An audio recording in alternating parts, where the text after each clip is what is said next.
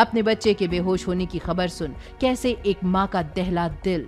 क्या अनिका का रोहित को पागल कहना लाएगा उनके बीच में दूरियां, और किस बात से नाराज होकर अनिका आधे लंच से बाहर आ गई।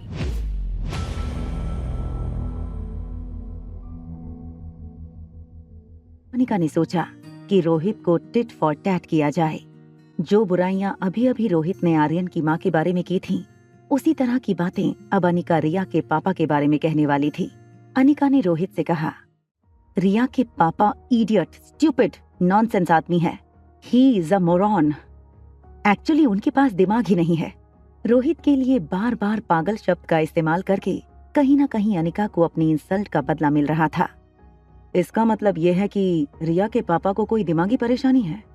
मगर मिस अनिका, जहां तक मैं आपको जानता हूँ, दिमाग की प्रॉब्लम सॉल्व करने में तो आपका कोई जवाब नहीं। हाँ, मगर वो इतने पागल हैं कि उनका इलाज करना तो मेरे बस में भी नहीं है। अनिका की बातें सुनकर रोहित को एक चीज नहीं समझ आ रही थी कि अगर रिया के पापा इतने ही पागल थे तो फिर अनिका जैसी खूबसूरत और टैलेंटेड लड़की ने ऐसे आदमी से प्यार क्यों किया। अब आपको कैसे बताऊं, कैसे मैं उस पागल के बच्चे की माँ बन गई। शायद भगवान ये चाहता होगा कि ऐसा पागल इंसान बिन वारिस का ना रह जाए।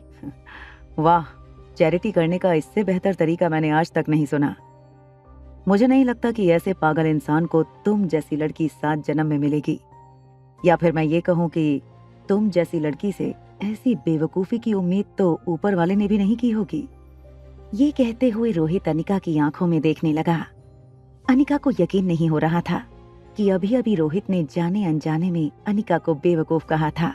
मिस्टर मारवा, मुझसे अब और कुछ खाया पिया नहीं जाएगा। क्या आप कुछ और खाना चाहेंगे? जी हाँ, अभी तो हमने खाना शुरू ही कहाँ किया है। मुझे और भूख लगी है। Mister Marwah, please take your own time. आप आराम से खाइए। I will take your leave. Miss Anika, क्या बड़े बड़े डॉक्टर किसी को खाने पर बुलाते हैं तो इस तरह ट्रीट करते हैं? अनिका अपनी चेयर से खड़ी हो चुकी थी। अचानक अनिका को रियलाइज हुआ रोहित तो अभी खाना खा रहा था। उसे लगा कि वो शायद रोहित मारवा के साथ रूड बिहेव कर रही थी। आधे घंटे बाद जब रोहित ने अपना खाना पूरा किया, इसके बाद अनिका ने सर्विस स्टाफ को बिल देने का इशारा किया।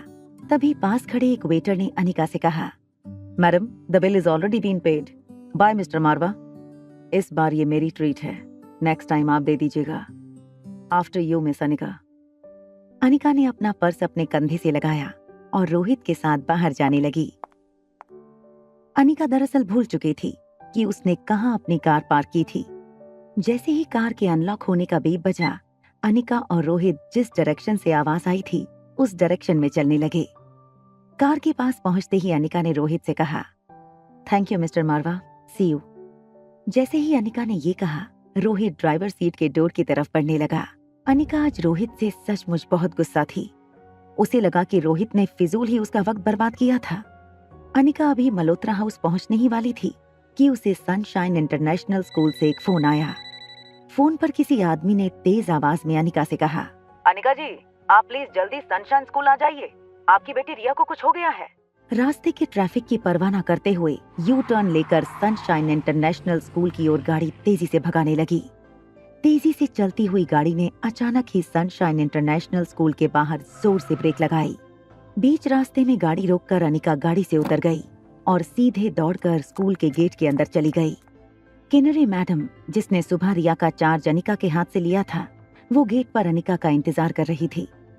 जैसे ही अनिका किन्नरी टीचर के पास आई, टीचर ने अनिका के दोनों हाथ पकड़ लिए और कहा, क्या स्कूल के सारे बच्चे ठीक हैं? हाँ, बच्चे तो ठीक हैं। तो फिर सारे टीचर तो ठीक है ना? हाँ, सारी टीचर्स भी ठीक है। तो फिर क्या रिया ने किसी के साथ कोई बदतमीजी की है? देखिए मिस अनिका, आप शांत हो जाइए। रिया ने किसी को कुछ नहीं किया। देखिए, मैं आपसे कहना चाहती हूँ कि रिया अचानक ही बेहोश हो गई है। अनिका हैरानी से किन्नरी को देखने लगी। किन्नरी के चेहरे पर टेंशन देखकर अनिका के चेहरे का रंग उतर गया। अनिका का हाथ पकड़कर किन्नरी उसे स्कूल बिल्डिंग के अंदर ले जाने लगी। कुछ कदम चलने के बाद अनिका अपनी स्पीड बढ़ाते हुए लगभग दौड़ते हुए स्कूल बिल्डिंग के अंदर दाखिल हुई। अनिका और किन्नरी दौड़ते हुए स्टेयरकेस चढ़ने लगे। किन्नरी ने अनिका को कहा, रिया भी काफी क्यूट, लवेबल और ओबीडिएंट लड़की है। हम डेफिनेटली रिया की ये हालत करने वाले को सजा देंगे। जैसे ही अनिका और किन्नरी डांस स्टूडियो में एंटर हुए, अनिका ने देखा रिया स्टूडियो के कोने में रखे एक सोफे पर लेटी थी। अनिका बहुत घबरा गई थी। उसे पता नहीं चल रहा था कि आखिर रिया को क्या हुआ था। जैसे ही अनिका भीड़ के पास पहुंची, उसने स्कूल डॉक्टर को ये कहते हुए सुना, मिस अनिका, आप घबराइए मत, मैंने इनिशियल चेकअप कर लिया है, रिया बिल्कुल ठीक है।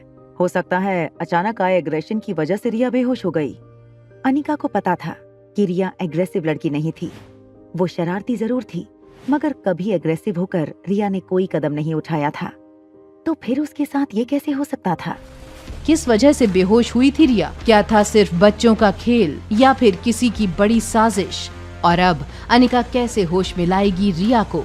जानने के लिए देखिए अगला एपिसोड सिर्फ पॉकेट एफएम के YouTube चैनल पर। और एक लड़की को देखा तो के सारे एपिसोड्स को सुनने के लिए डिस्क्रिप्शन में दी हुई लिंक से डाउनलोड कीजिए पॉकेट एफएम ऐप।